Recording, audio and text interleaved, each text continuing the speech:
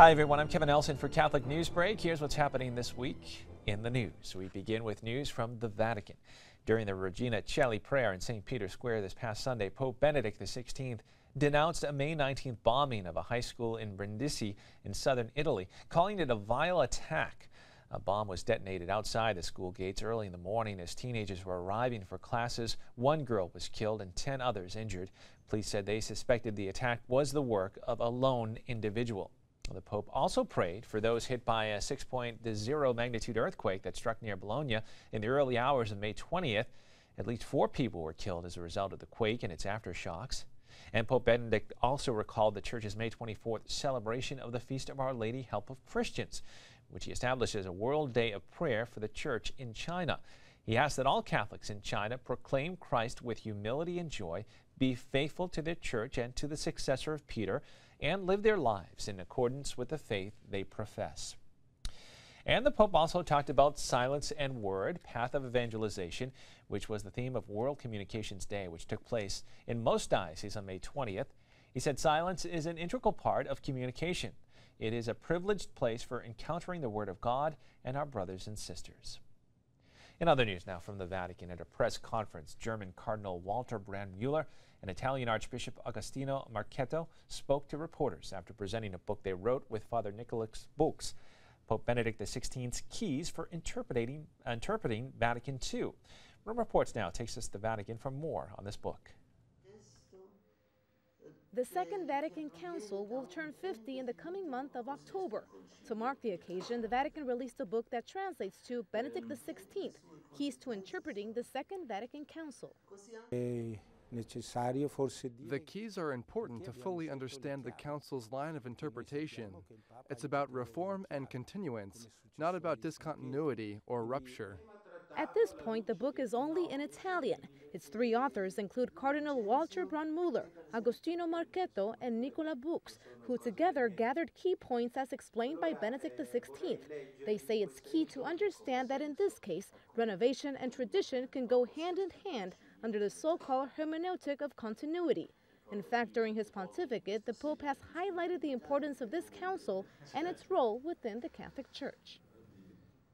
At the presentation, Cardinal Brandmüller and Archbishop Marchetto responded to questions about the Vatican's ongoing discussions with the Traditionalist Society of St. Pius X, which has a history of criticizing the Second Vatican Council and rejecting some of its teachings. In the book, Cardinal Brandmüller said the Society of St. Pius X, the SSPX, and the Old Catholics who rejected the papal infallibility teaching of the First Vatican Council have in common a rejection of the legitimate developments of the doctrine and life of the Church.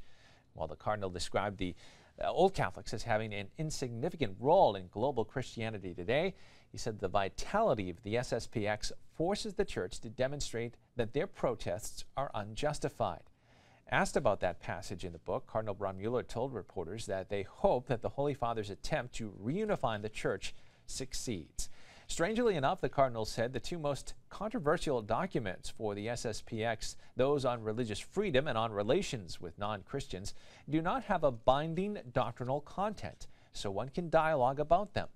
Of course, the Cardinal said all the Council's documents must be taken seriously as expressions of the living magisterium, the official teaching of the Church, which has developed even further under the pontificates of Popes John Paul II and Benedict XVI.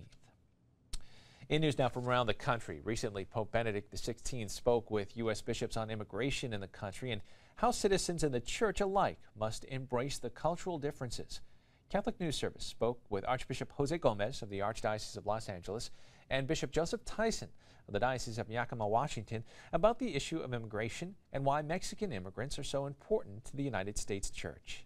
The Church in America is called to embrace, incorporate and cultivate the rich patrimony of faith and culture present in America's many immigrant groups. La influencia de la cultura latina, hispana, en la historia de los Estados Unidos desde el principio.